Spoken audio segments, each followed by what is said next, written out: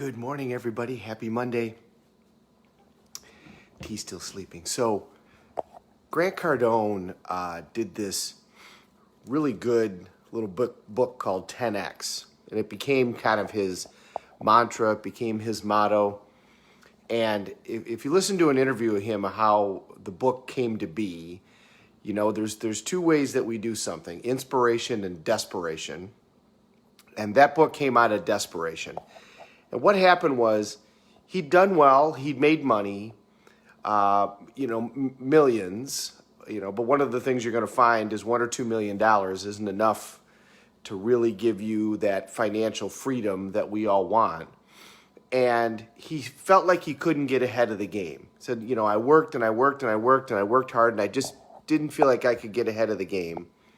And then one day it came to him, instead of trying to double my sales, what if I tried to multiply my sales by 10?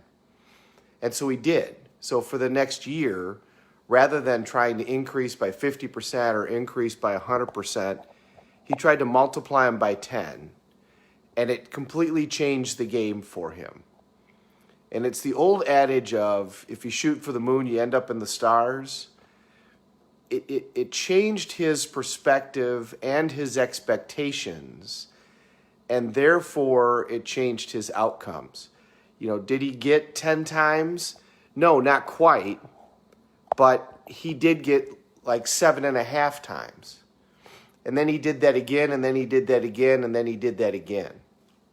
If we make those little increments, they make huge differences over time. But you'll get to a point where you're like, you know what? I'm tired of making little differences. I'm ready to do big leaps. And when you make those big leaps is when you decide that you're going to change your whole perspective. Wealthy people don't buy things. They buy assets. The super wealthy in the world think differently than the consumer. The consumer thinks, I'm going to go make some money so that I can buy a purse or a watch or a car.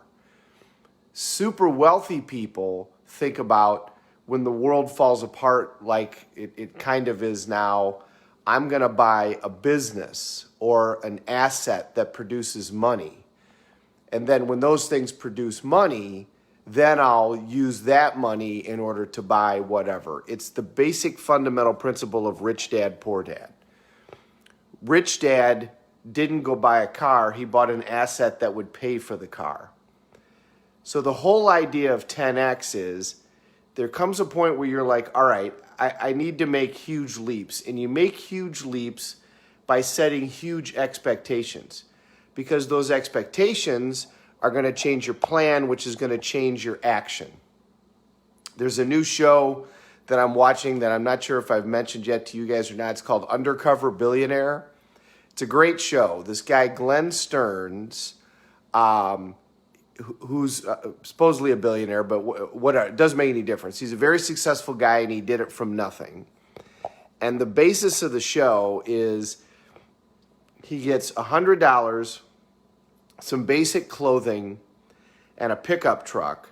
They put him on his plane, and he takes him to a city where he doesn't know anybody and has no assets. And he's going to turn the $100 into $1 million in 90 days.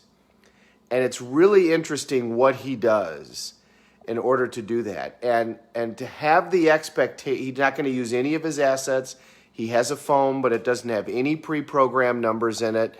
He's using a different name, so he can't use his name to write on. He's got to do it just all based upon his experience. And what you'll see, and I haven't even gotten to the end yet, but what you see with the super wealthy is the approach is what makes them super wealthy. And then, of course, once you get it going, then you've got the approach, and you've got the name, and you've got the assets, and now you've just got an unbeatable system. So even if it's all taken away from them, they can go do it again. The super wealthy take $1 million in gold or whatever, and they tuck it away around the world. They do that a couple of different places so that if the world falls apart, they can start over again, and they'd be able to do it because they don't look at how can I make enough money to buy this thing. They look at how can I make enough money to buy this, to buy this, to buy this asset that's going to produce money forever. So if it's time for you, and if it's not, then it's coming, there's going to be a time where it's time to look at the big picture and say, okay, it's now time to make this leap. And if you want to do that, the 10X book is a great way to start because it changes that focus, and which changes that expectation, which changes your action. So for Monday, my message to you is if you want to work at that level, if you want to play at that level, and if you don't, then you don't. If your goal is, I want to be able to have enough assets to pay for my current bills and that's it, then that's great. Then that's your goal and that's what you should go to, but you should set it higher in order to get that. The point of this conversation is, if you want to have $1 million, you should shoot for 5 million. And then to make sure that you get the million. If you want to make $100,000 this year, you should shoot for 250 or shoot for 5. If you want to make 5, you should shoot for 2 million. That's going to change your approach. That's going to change your expectations, which is going to change your actions, which is going to make it more likely you're going to hit that goal or exceed it, which is then going to change your confidence, which is then going to change your next expectation, which is going to change your next series of actions. Read the book. It's a great book. I'm having a lot of fun watching Undercover Billionaire. It's on the Discovery Channel.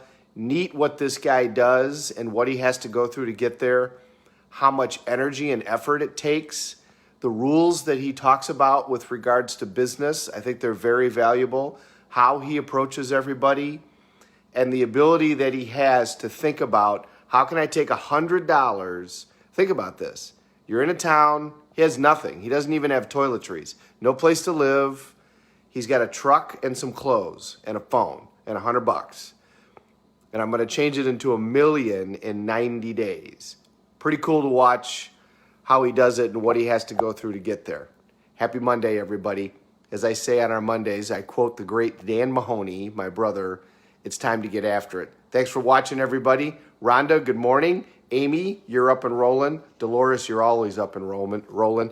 And Mr. Drehobel, hope Florida's doing great, brother. We miss you up here. I know I don't think you miss us. Have a great day, everybody. Let's take care of each other. We're all in this together.